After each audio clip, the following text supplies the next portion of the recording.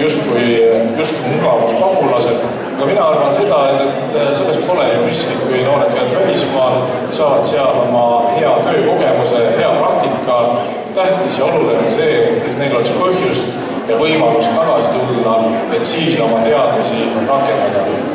Ja eks see tööjõud ja töökohtadega seonduv olegi selline omavahel väga tihedalt seotud, aga samas ühe suure ahela üks väga oluline lüli.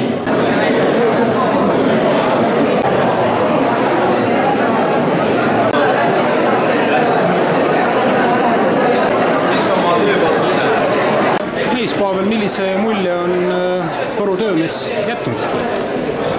Väga positiivse. Mulle väga meeldib, tööandjad on väga asjalikud, inimesed on samamoodi väga asjalikud, vaadatakse ja otsitakse, arutatakse omavahel, nii et väga tore. Eelmine aasta oli meil esimest korda Võrumaal töömees, täna siis teist korda ja ma arvan, et see on väga selline asjalik õhkkond. Kuidas iseloomustada praegu olukorda Eesti tööturul? Ta on hästi erinev, et üldises plaanis siiski ma võin öelda, et töötus on Eestis väga madal. Küll aga murelikuks teevad muidugi need suurkoondamised, mis täna on Ida-Virumaal on meil sarnane meist toimumas ka järgmisel nädalal Jõhvis. Aga üldises plaanis jah, ma võin öelda, et ikka pigem on tööjõupuudus kui töökohus. Ja nii ka siin täna sel messil on nii üks kui teist, et on ettevõtted ja ettevõtjad, kes otsivad kohe töötajaid, aga on ettevõtjad, kes on nii-öelda pildil ja võib-olla siis teevad plaane tulevikuks.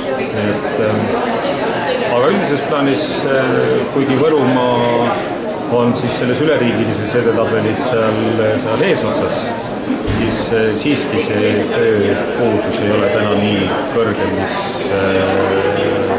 põhjustaks väga suure.